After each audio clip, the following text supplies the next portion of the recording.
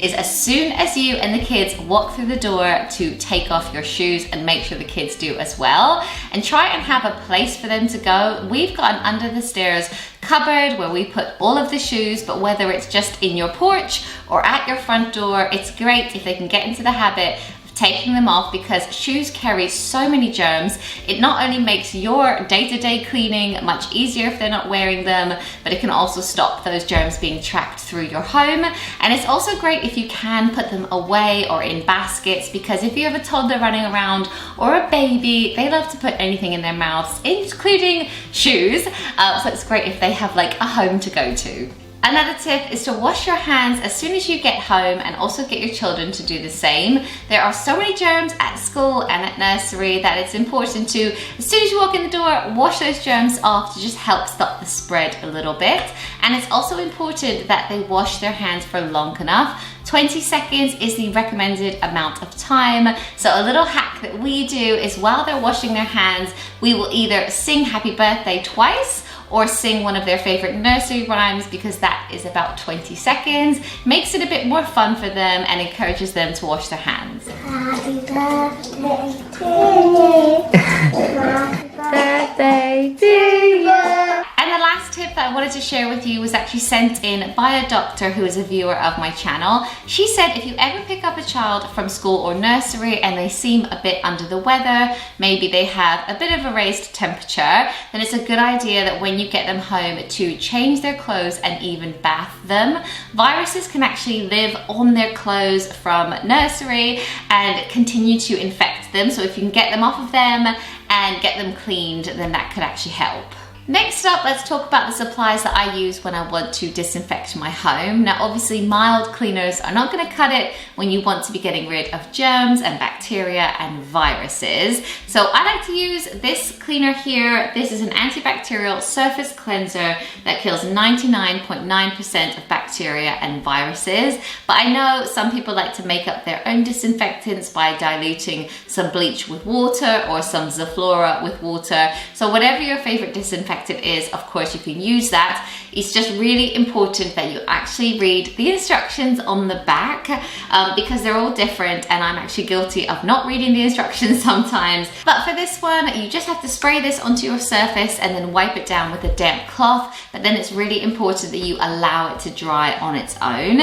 So this one says it kills E. coli, it kills MRSA, salmonella, but it also kills influenza and the coronavirus as well, among other things. I also like to use cloths when I'm disinfecting over using sponges, because they can actually harbor bacteria and viruses in their crevices. And when I do start going around and disinfecting, it's really important that you think about the hot spots, as I like to call them, in your home, which are basically the high touch areas. And you also want to think about where the person who's unwell has also touched. So things like the remote control, you'll definitely want to wipe that down.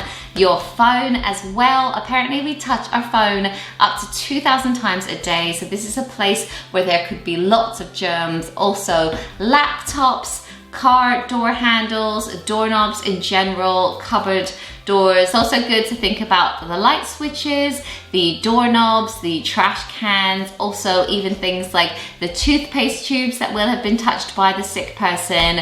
And it's also important to wash their toothbrushes. So I normally wash the toothbrushes by boiling them on the hob in boiling water for 3 minutes. But I know some people like to just dip toothbrushes in vinegar for up to an hour. So however you do it, it's completely up to you, but it's just a good idea to think about all of those places where germs could spread.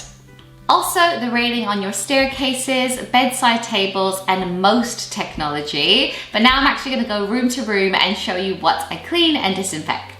So first off, let's talk about bedrooms. So when it comes to preventing the spread of germs in a bedroom, I would focus on the sheets, of course. I would strip the bed, stick them into the wash along with their pajamas. It's also really important that you remember to do their bathrobes, maybe even slippers, and if they have a cuddly toy or a blanket or a comforter, also wash that. And I would normally wash all clothes on 30, but after an illness or a sickness, I would put it up to the highest heat that fabric is allowed to go. Next up, let's talk about the bathrooms in your home. Now, this is probably the biggest danger zone that you really want to sanitize after someone has been unwell. So again, thinking about everything that they have touched. So the flushing handles, the toilet itself, the area around the toilet, the sink, the taps, everything that has been touched. You really want to sanitize it, again, following the correct instructions on your surface cleaner. When it comes to your kitchen, of course, you're gonna wanna wash any dishes or utensils that have been used by the person who's unwell. So I would just stick it into my dishwasher on a slightly hotter wash.